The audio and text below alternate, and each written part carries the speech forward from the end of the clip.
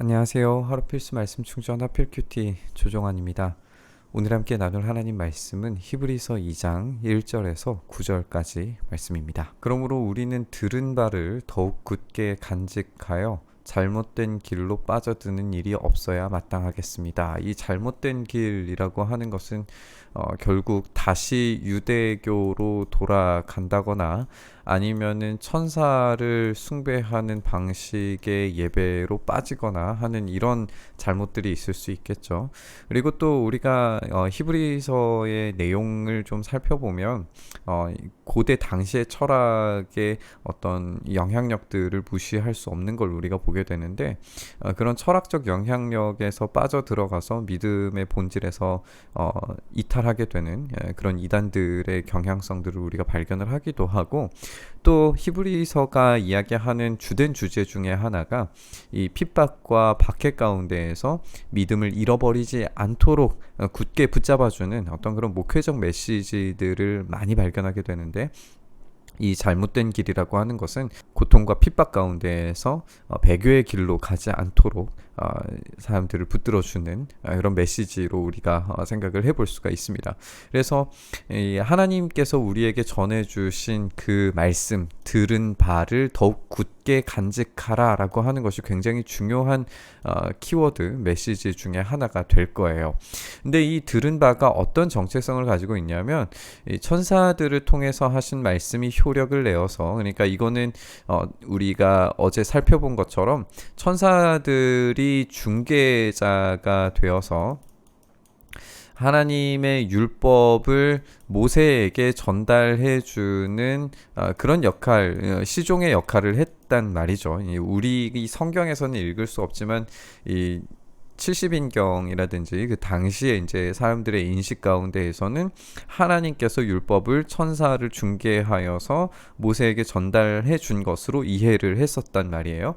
그렇기 때문에 천사들 통하여 하신 말씀이 효력을 내어 율법이 효력이 되어서 모든 범행과 불순종하는 행위가 공정한 갚음, 심판을 받게 되는 일들이 있었는데, 이 율법도 이렇게 효력을 내어서 심판을 받게 된다면 우리가 이렇게 귀중한 구원, 예수 그리스도를 통하여서 유일하고 온전한 완전한 하나님의 말씀을 받았음에도 불구하고 이것을 소홀히 해서 잘못된 길로 빠져드는 것은 얼마나 큰 심판을 가지고 올 것인가에 대한 경고입니다.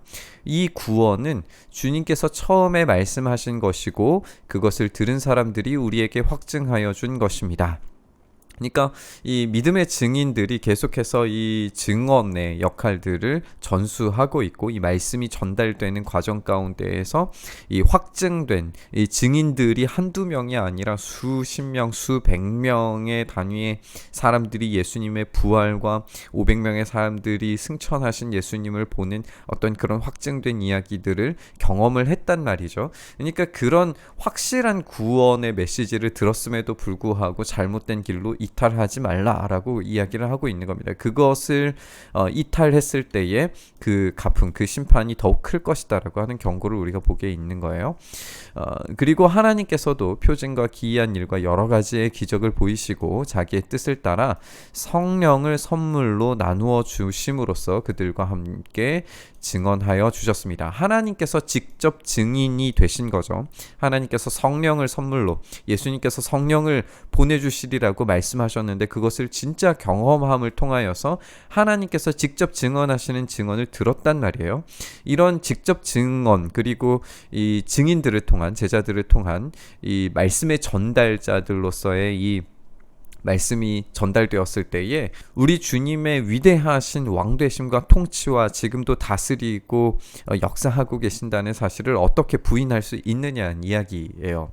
그리고 이 성령의 선물이 우리에게 상속으로 주어진 것이기 때문에 이 성령의 선물이 우리에게 있는 한 하나님의 약속은 불변하시고 반드시 이루어지리라고 하는 것을 우리가 기대해야 하는 것이죠. 하나님께서는 지금 우리가 말하는 장차 올 세상을 천사들의 지배 아래 두신 것이 아닙니다. 장차 올 세상이라고 했을 때에 아직은 오지 않았다라고 하는 것도 우리가 염두해 볼 수 있는 거예요. 그래서 아직은 오지 않았지만 앞으로 올 세상에 완전한 하나님의 다스리심이 오는 그 나라는 천사들에게 주신 것이 아니다라고 그렇게 이야기합니다. 어떤 이가 성경 어딘가에서 이렇게 증언하기를 사람이 무엇이기에 주님께서 그를 기억하여 주시며 인자가 무엇이기에 주님께서 그를 돌보아 주십니까? 주님께서는 그를 잠시 동안 천사들보다 못하게 하셨으나 영광과 존귀의 면류관을 그에게 씌워 주셨으며 만물을 그의 발 아래에 복종시키셨습니다. 이렇게 이 시편의 이야기를 인용을 하여서 이야기를 하고 있는 걸 보게 됩니다.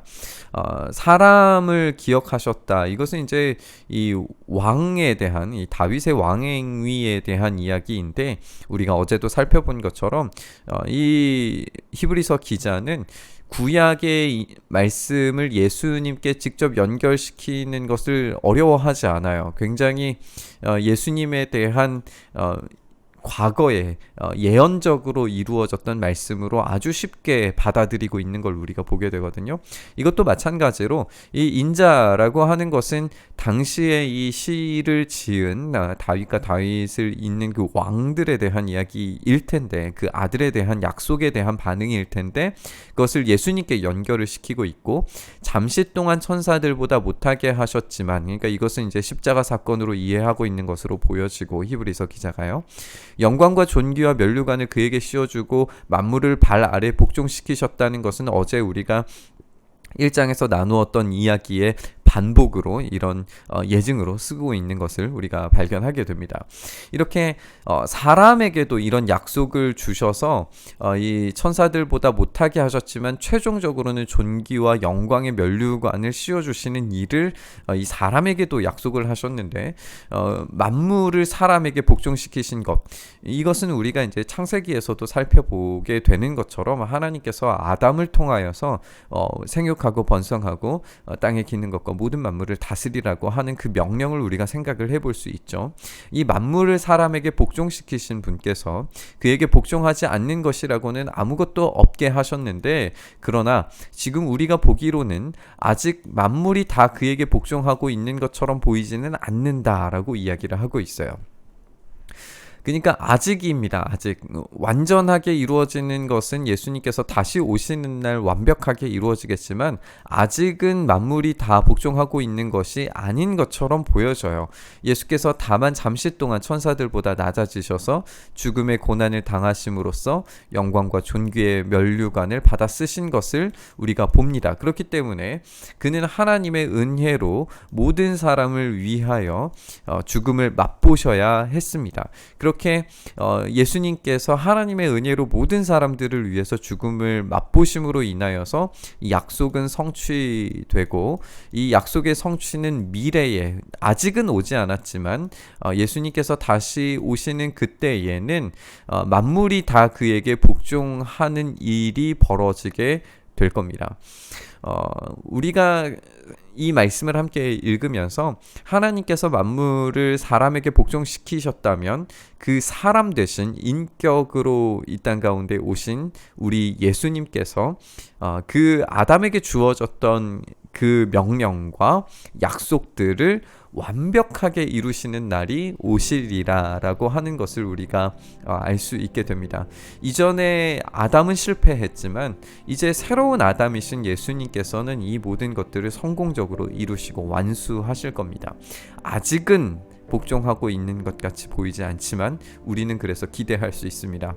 주님께서 오시는 날 온 우주가 그 발 앞에 복종하고 머리 숙이는 날이 오게 될 겁니다. 우리가 보기로는 만물이 다 예수님께 복종하고 있는 것은 아닌 것처럼 느껴집니다. 하지만 분명히 모든 만물이 온 우주가 예수님께 복종하게 될 때가 옵니다. 우리는 이 분명한 명제 앞에 있습니다. 우리를 괴롭게 만드는 지금은 예수님께 복종하지 않고 있는 문제들과 상황들은 반드시 예수님의 발 아래 무릎 꿇게 될 것입니다. 그 증언을 우리가 들었고 그 확실한 말씀을 소유했고 이 놀라운 구원의 은혜를 얻었음에도 불구하고 흔들리고 표류하는 신앙이라면 우리가 얻을 것이 무엇이겠는가 히브리서는 우리에게 이야기해주고 있습니다. 오늘 본문을 묵상하면서 다시 용기를 냈으면 좋겠습니다. 우리 주님은 반드시 오셔서 만물을 통치하시고 다스리실 것입니다. 우리의 고통과 아픔도 그분의 통치 아래에 들어가게 될 것입니다. 우리를 힘겹게 만들었던 상황들은 반드시 역전됩니다.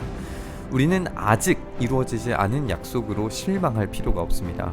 이 약속은 신실하게 반드시 이루어질 것입니다. 그것을 위해서 예수님께서 오셨고 죽으셨고 부활하셨습니다. 이 은혜가 우리 안에 더 깊이 경험될 수 있기를 소망합니다. 그래서 이 참된 소망의 위로의 말씀이 우리를 풍랑 가운데서도 단단히 붙잡아주는 위로의 말씀으로 우리에게 있기를 간절히 소망합니다. 이렇게 우리가 함께 말씀 묵상하면서 기도의 자리로 나아가기를 소망합니다. 주님, 우리가 아직 이루어지지 않은 일로 인하여서 미리 섣불리 실망하고 아파하기보다도 주님께서 주시는 참된 위로와 소망을 가지고 다시 승리의 삶으로 나아가도록 주여 역사하여 주시옵소서. 주님, 우리가 주님을 붙들고 의지하며 간절함으로 나아가오니 주여 우리를 아프게 하는 모든 것들이 주님의 발 앞에 복종하게 되는 날이 속히 오도록 주여 역사하여 주시옵소서. 그날을 우리 가운데 이루시기를 간절히 바라고 소망하며 우리 주님 예수님 이름으로 기도드리옵나이다. 아멘.